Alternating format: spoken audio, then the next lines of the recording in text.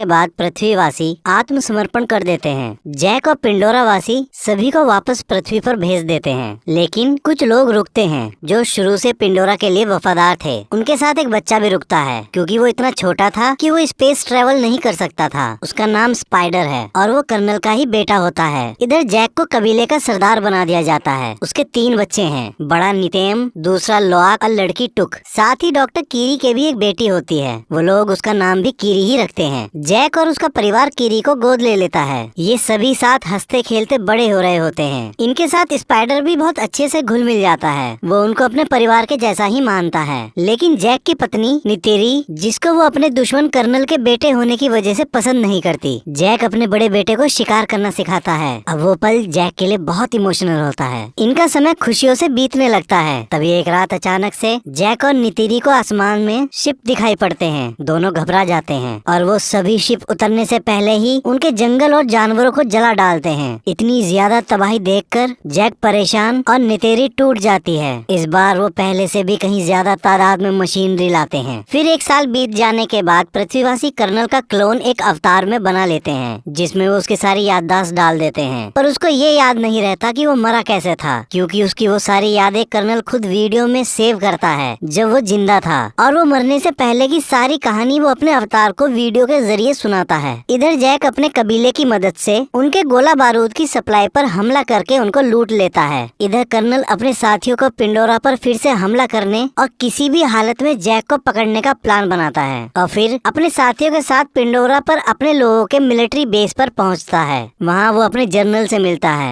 General उसे बताती है, हमने पिछले 1 साल में इतना ज्यादा काम और कंस्ट्रक्शन किया है जितना पिछले 30 सालों में नहीं हुआ था, और हमें इस ग्रह को अपने लोगों के लिए पर्याप्त बनाने से पहले इन पिंडोरा वासियों का इलाज करना होगा, क्योंकि ये अब पहले से ज्यादा हमला करने लगे हैं, जिसकी वजह से हमको जान और माल का बहुत नुकसान हो रहा है। फिर वो जनरल कर्नल को वहाँ भेजती है। कर्नल उसी जंगल में उतरता है जहाँ उसकी मौत हुई थी। इत्तेफाक से जैक के बच्चे और स्पाइडर भी वहाँ खेलने आते हैं। वो वहाँ कर्नल और उसकी टीम को देखकर समझ जाते हैं ये कबीले के नहीं बल्कि पृथ्वीवासियों के अवतार हैं। कर्नल वहाँ पड़े बैटल रॉबर्ट सूट को चेक करता है और उस पर अपना ही नाम देखकर समझ जाता है कि ये कंकाल उसी का है। फिर वो अपने सीने में घुसे तीरों को देखता है। तभी जैक का बेटा लोआक अपने वॉइस डिवाइस की मदद से जैक को वहाँ की सारी स्थिति बता देता है। जैक और नितिरी सारी बात सुनकर परेशान हो जाते हैं और वो उन बच्चों को बिना कोई आवाज करे वहाँ से निकलने के लिए कहते हैं। अब बच्चे वहाँ से निकलने लगते हैं, पर कर्नल के आदमी उन सबको पकड़ लेते हैं। कर्नल उनकी उंगलियों को देखकर समझ जाता है कि ये हाफ ब्रीड हैं, क्योंकि पिंडोरियंस की 4 ही उंगली होती है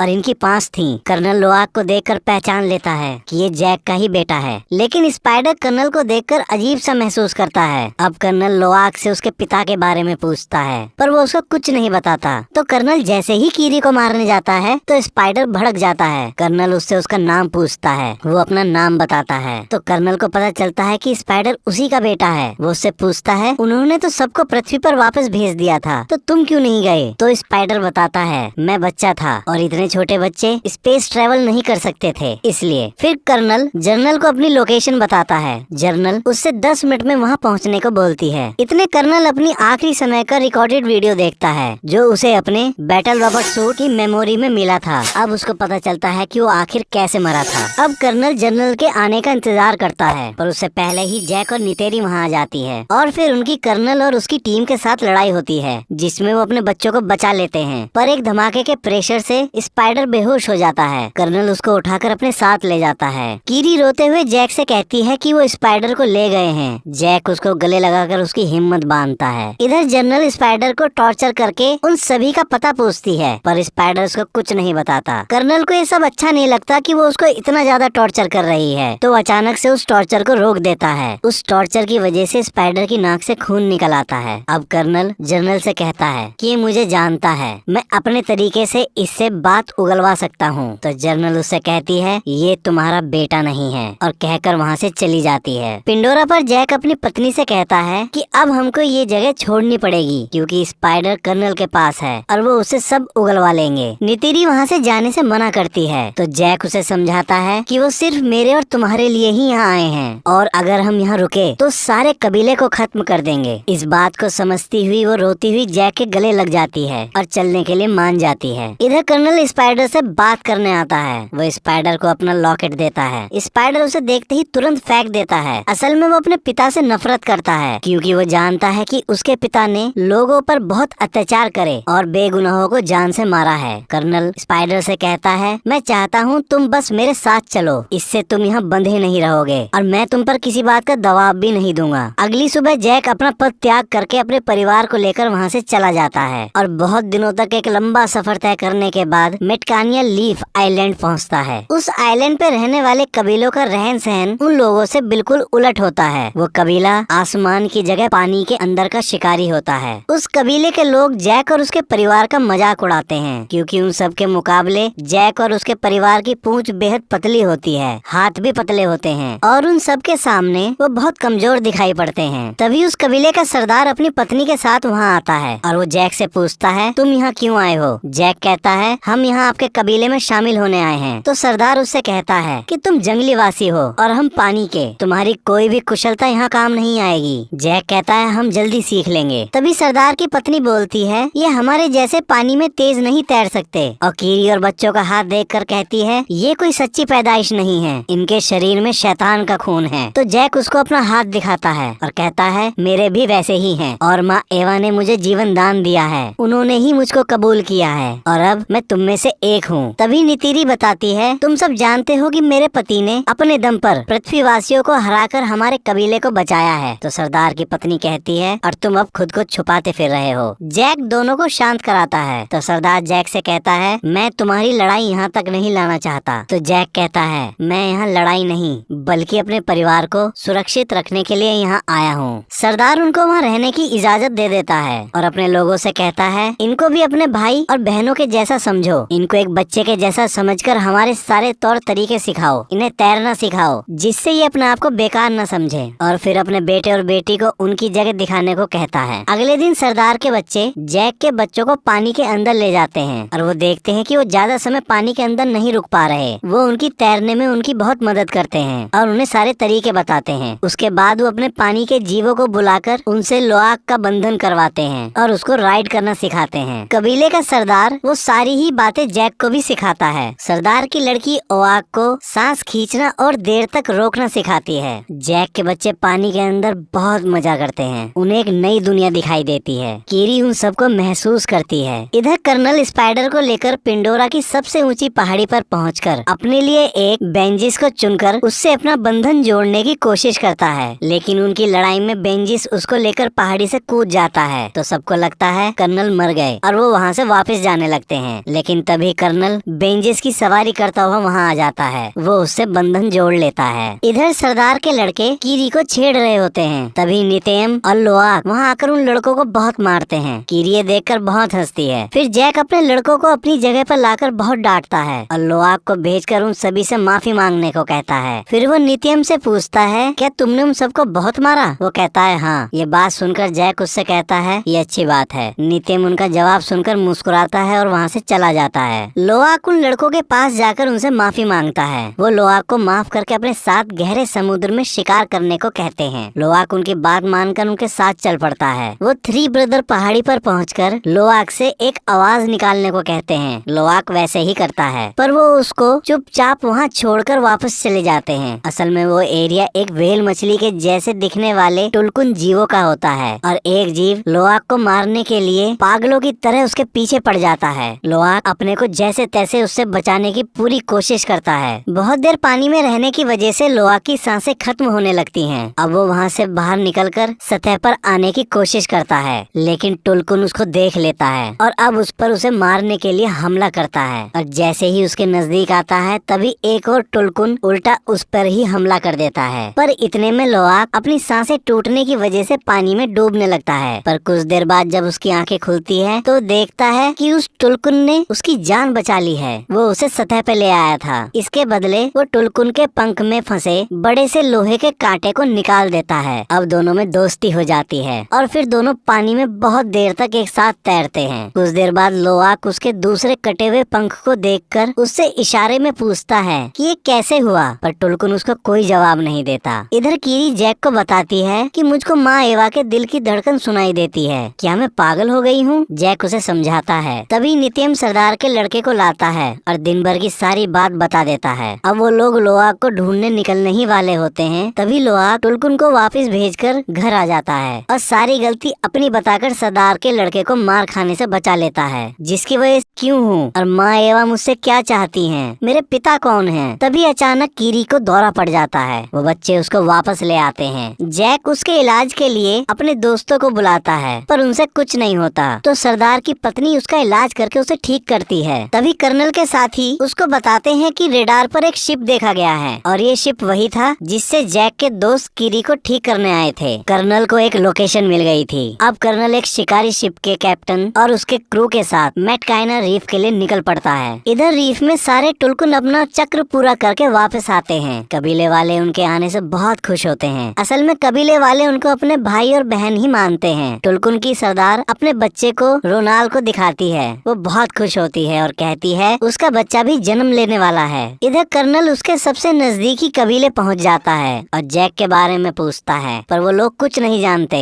तो वो कुछ नहीं बता पाते। वो गुस्से में उनके घरों को जला देता है और वहाँ से दूसरे कबीले के लिए निकल जाता है। जैक को सरदार पड़ोसी कबीले की जानकारी देता है और कहता है वो तुमको ढूंढ रहे हैं। नितेरी जैक से कहती है हम कब तक भागते रहेंगे, हमको अगर चैन की सांस लेनी है तो हमें उसे मारना पड़ेगा। इतनी मेहनत करने के बाद भी कर्नल को कुछ पता नहीं चलता तो अपना प्लान बदल देता है और जो उस शिप का कप्तान चाहता था कि वो टुलकुन का शिकार करे, वो उसे इजाजत दे देता है। अब लोआक पाइकन के पास पहुंचता है और उससे कहता है मैं तुम पर भरोसा करता हूँ, तुम भी मुझ पर भरोसा करो और तुम्हारे साथ क्या हुआ था वो मुझे बताओ। और उसको ऐसा करते हुए उसके साथी देख लेते हैं। पाइकन अपना मुंह खोलता है, लोआक अंदर जाकर अपना बंधन जोड़ता है, जिससे उसको सब पता चल जाता है कि उसने सिर्फ अपने साथियों और कबीले वालों को बचाने की कोशिश करी थी। उसमें उसकी कोई गलती नहीं थी और उसने किसी को नहीं मारा। अब उस कबीले के सरदार को पता चलता है कि लोआक पाइकन के पास गया था, जिसकी वजह से वो उसको डांट लगाता है और बताता है टुलकुन पहले खूनी दरिंदे हुआ करते थे और बहुत ज्यादा मार काट करने के बाद उन्होंने दरिंदगी त्याग दी और शांति को ही अपने जीवन का मूल आधार बनाया। पर पाइकन ने उनके नियम तोड़कर वापस दरिंदगी दिखाई तो उसको बरादरी से बेदखल कर दिया। लोआक उसको सच बताने लगता है, पर जैक उसको बोलने नहीं देता। इधर कर्नल की टीम टुलकुन की सरदार पर ही ट्रैकर लगा देती है, क्योंकि वो अपने बच्चे की वजह से तेज नहीं तैर सकती थी। अब वो सारे शिकारी, अब वो कैप्टन बड़ी बेरहमी के साथ उसको घेर कर मार देता है और अपने शिप पर लाकर उसके दिमाग में ड्रिल करके पीले कलर का सारा तरल निकाल लेता है और वो बताता है कि ये तरल सबसे कीमती है और इतने से तरल की कीमत 660 करोड़ रुपए है और इसी के पैसों की वजह से ही कर्नल तुम अपना काम कर पा रहे हो। इधर कबीले वाले टुलकुन की लाश के पास पहुंचते हैं। सरदार की पत्नी उसको देखकर बहुत रोती है और बताती है कि ये मेरी आत्म बहन थी और इसने न जाने कितनी साइकिल पूरी करने के बाद अपने बच्चे को पाया था और वो वापस आकर लड़ाई का ऐलान करती है। लेकिन जैक उनको समझाता है कि अगर तुम उनसे लड़े तो वो तुम्हारा सब कुछ खत्म कर देंगे, उनको भी जिनको तुम प्यार करते हो।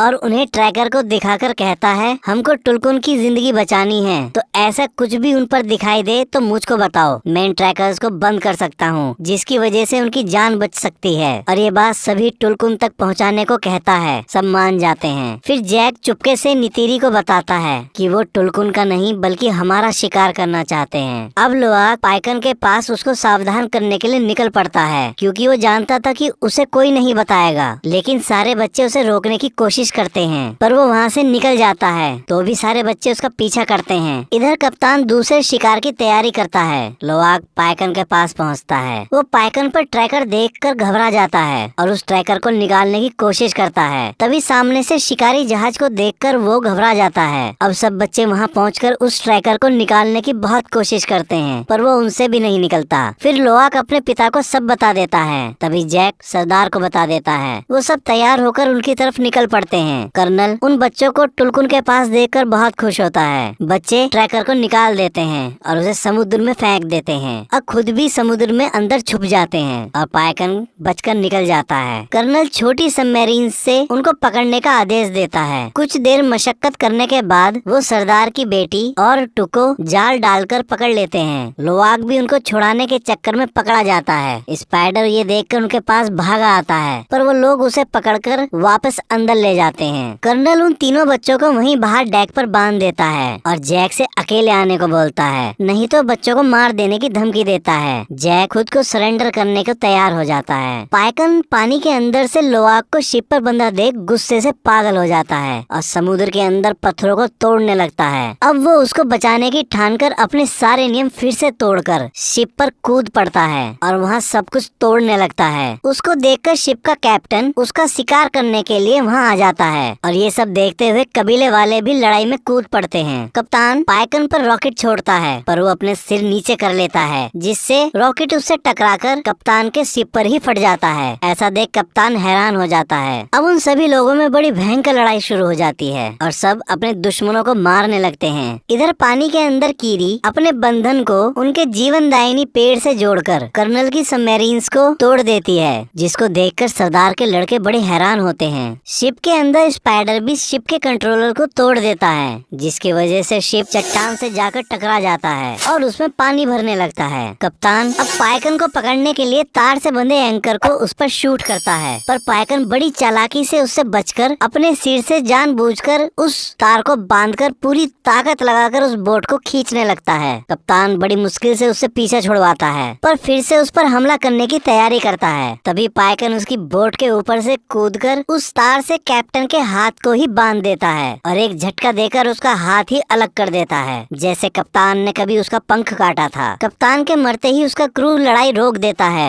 और वहाँ से जाने लगता है। अब कीरी जैसे ही सतह पर आती है, कर्नल उसे पकड़कर शिप के डेक पर ले आता है और उसको वहीं बांध देता है। टुक उसको देख लेती है तो सरदार की लड़की के साथ उसे बचाने शिप पर वापस चली जाती है, लेकिन वो टुक को भी पकड़ लेते हैं। शिप के दूसरी तरफ कर्नल नेतियम को भागते हुए गोली मार देता है। बच्चे बड़ी मुश्किल से उसे टापू पर ले आते हैं, पर वो बच नहीं पाता। नितेरी उसको मरा देख पागलों के जैसे चीखने लगती है और बहुत रोती है। तभी कर्नल जैक के वॉइस डिवाइस पर बात करता हुआ उसे बताता है कि उसकी छोटी बेटी उसके पास है। तो जैक नितेरी को संभलने को बोलता है और कहता है, हमें अपनी बेटी को बचाना है। नितेरी अपना धनुष उठाकर अपने बेंजिस पर बैठकर शिप की तरफ उड़ जाती है। जैक वहाँ शिप पर चुपचाप पहुंचकर धमाका कर देता है, जिससे वहाँ आग लग जाती है। नितेरी वहाँ पहुंचकर बहुतों को मार डालती है। उसका रौद्र रूप देखकर स्पाइडर भी डर के मारे छुप जाता है। इधर जैक चुपके से टुक को छुड़ा लेता है, पर कर्नल कीरी के गले पर चाकू रखकर उसके सामने आता है और कहता है, तुम नहीं चाहोगे कि आज तुम्हारी एक औलाद और मर जाए। कर्नल उससे हथियार रखवा देता है। स्पाइडर कर्नल को ऐसा करने से रोकता है, पर वो नहीं मानता। तभी नितेरी स्पाइडर के गले पर चाकू लगाकर कीरी को छोड़ने को बोलती है, पर कर्नल उसको ऐसा दिखाता है जैसे उस पर इस बात का कोई फर्क ही नहीं पड़ा। तभी नितेरी कर्नल से कहती है, लड़के के बदले लड़का, और स्पाइडर की छाती पर चाकू मार देती है। कर्नल तुरंत कीरी को छोड़ देता है। अब वो सब वापस जाने लगते हैं, पर कर्नल कहता है, मैं अभी भी नहीं रुकूंगा और वापस आऊंगा और तुम अपने पूरे परिवार के साथ सारी जिंदगी डर में जियोगे। इतना सुनते ही जैक उस पर हमला कर देता है। इधर पानी के अंदर नितेरी और उसके बच्चों को आग घेर लेती है, तो वापस शिप पर चढ़कर उसके दूसरी तरफ से निकलने की कोशिश करती है। तभी पानी का बहाव टूक को शिप के अंदर ले जाता है। नितेरी उसके पीछे कूद जाती है। शिप डूबने लगता है और पलट जाता है। स्पाइडर और कीरी ऊपर आ जाते हैं। इधर पानी के अंदर जैक लड़ते लड़ते कर्नल का गला घोटकर उसे बेहोश कर देता है। उसको लगता है कि कर्नल मर गया, लेकिन खुद भी पानी में सांसें टूटने की वजह से डूबने लगता है। तभी लोआक जैक को बड़ी मुश्किलों से एक चैम्बर में लेके आता है, जिससे जैक को सांस आ जाती है। इधर टुक और नितेरी भी एक जगह आके फंस जाते हैं और जहाज पूरी तरह अंधेरे में डूब जाता है। फिर कीरी वहाँ रोशनी देने वाली अनेक मछलियों को बुला लेती है और वो उनको पूरे जहाज में भेज देती है। वो टुक और नितेरी को बाहर निकाल लेती है। इधर लोआक पाइकन की मदद से जैक को भी बाहर निकाल लेता है। अब पाइकन उन सबको अपने पंख पर बैठाकर टापू पर छोड़ देता है। स्पाइडर भी कर्नल को बाहर निकाल लेता है। वो जिंदा होता है। वहाँ उसका बेंजिस आ जाता है। कर्नल स्पाइडर को साथ चलने के लिए बोलता है, पर स्पाइडर उसे वहाँ चिढ़ाकर वापस जैक और उसके परिवार के पास आ जाता है। तो कर्नल अपने बेंजिस पर बैठकर वहाँ से उड़ जाता है। अब सब कबीले वाले नेत्यम को आखिरी विदाई देते हैं। उस समय जैक को वो पल याद आता है जब उसने नेत्यम के जन्म पर अपने हाथों में उसे लेकर उसका नामकरण किया था, और अब वो उसको पानी के उस अंतहीन गहराई में दफन होते देख रहा था। उसका दिल टूट गया था। वो वापस आकर सरदार से कहता है, हम कल चले जाएंगे। तो सरदार कहता है, तुम्हारा बेटा अब हमारे देवताओं के पास है और तुम भी अब पानी के आदमी हो चुके हो, तो तुम हमारे कबीले का ही हिस्सा हो। फिर जैक और नितेरी उनके जीवनदायिनी पेड़ से अपना बंधन बांधते हैं। तभी जैक को वो समय दिखाई देता है जब नेतियम ने पहली बार शिकार किया था और वो बहुत खुश थे। नितेरी उनको देखकर खुश होती है। नितेयम सच में अब उनके देवताओं के पास था, वो उसका स्वर्ग था। वहाँ उसकी दुनिया में उसका परिवार उसके साथ था और कहानी यहीं खत्म हो जाती है। आशा करता हूँ